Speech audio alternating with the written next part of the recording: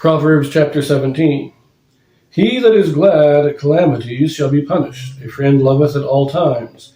Even a fool, when he holdeth his peace, is counted wise. Better is a dry morsel, and quietness therewith, than an house full of sacrifices with strife. A wise servant shall have rule over a son that causeth shame, and shall have part of the inheritance among the brethren. Now remember, servants most often in this time period were slaves. But he's saying, like, you serve your master well, and you will be counted as one of his sons. Remember Abraham, he had his servant Eleazar, and he asked God, saying, I don't have any children, so let Eleazar inherit. Remember, slavery was very different back in these days. Verse 3. The fining pot is for silver, and the furnace for gold, but the Lord trieth the hearts. A wicked doer giveth heed to false lips, and a liar giveth ear to a naughty tongue. Whoso mocketh the poor reproacheth his Maker, and he that is glad at calamities shall not be unpunished. So I like the fining pot. This is refining, the refinery. You refine silver in the finery, you refine gold in the furnace, but God is the one that refines the heart of man. Verse 6. Children's children are the crown of old men, and the glory of children are their fathers. Now, this is one of my favorite Psalms, one of my favorite Proverbs. It has been for a while because I love this. We know that God is our Father.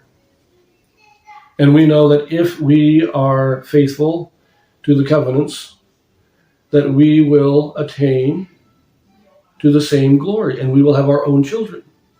Children's children are the crown of old men. This is not just in mortality, but in the eternities. The more our Father, we as our Father's children, our children are the crown of old men. So the more children we have, the greater his glory. But our glory is our Father. We look to our Father. He is the one that glorifies us. He is the one that we worship. But if we want to bring him honor and bring him glory, we do so by attaining our own exaltation and having our own spirit children to bring him greater glory. Think about that. Verse 7. Excellent speech becometh not a fool, much less do lying lips a prince. A gift is as a precious stone in the eyes of him that hath it. Whithersoever it turneth, it prospereth. He that covereth a transgression seeketh love, but he that repeateth a matter separateth very friends. Again, talking about gossip. Well, verse 7, excellent speech becometh not a fool. In other words, if you don't know what you're talking about, shut up. Your flowery sophistry and rhetoric just makes you look idiotic. Think of Kamala Harris. She has the excellent speech. She's great at rhetoric, at saying absolutely nothing, and it just makes her look more of a fool. Verse 11, an evil man seeketh only rebellion. No. Verse 10, that's right. Verse 10. A reproof entereth more into a wise man than 100 stripes into a fool. An evil man seeketh only rebellion. Therefore a cruel messenger shall be sent against him. Let a bear robbed of her whelps meet a man rather than a fool in his folly. Wow.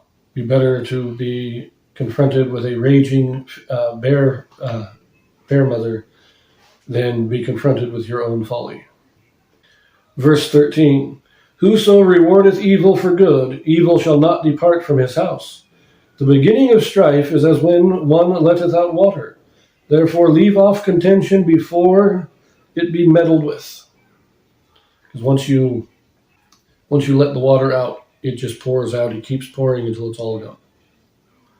And so just don't let it even start. Avoid contentions, avoid strife. Verse 15.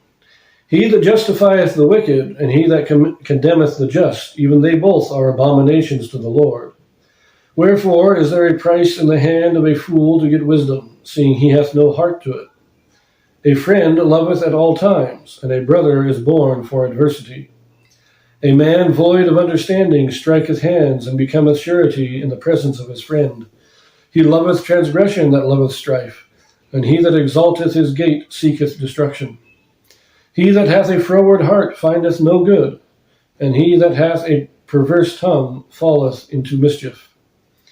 He that forgetteth a fool doeth it to his sorrow. He that begetteth a fool doeth it to his sorrow, and the father of a fool hath no joy. A merry heart doeth good like a medicine, but a broken spirit drieth the bones. A wicked man taketh a gift out of the bosom to pervert the ways of judgment. Wisdom is before him that hath understanding, but the eyes of the fool are in the ends of the earth. A foolish son is a grief to his father, and bitterness to her that bare him. Also to punish the just is not good, nor to strike princes for equity. He that hath knowledge spareth his words, and a man of understanding is of an excellent spirit. Even a fool, when he holdeth his peace, is counted wise, and he that shutteth his lips is esteemed a man of understanding. I like this. The more you know, the less you have to say. The less you have to go into long-winded, flowery speeches to try and conceal what you don't know. Short, simple, to the point. That is what wisdom and knowledge brings us, is the ability to say what we mean and know what we want to say and be able to say it in a simple, concise way. But we will leave that one here, and we will pick it up in the next chapter, so I'll see you then. I wanted to add this to each of these videos of Proverbs, chapters 10 through 24, because I'm making only brief comments on some of the Proverbs, because each verse is its own separate proverb in these chapters. I want to extend this invitation to anybody listening. If you would like to make a comment on any of the Proverbs, post a comment or just ask me a question what I think of any of the Proverbs that I may have not made a comment about.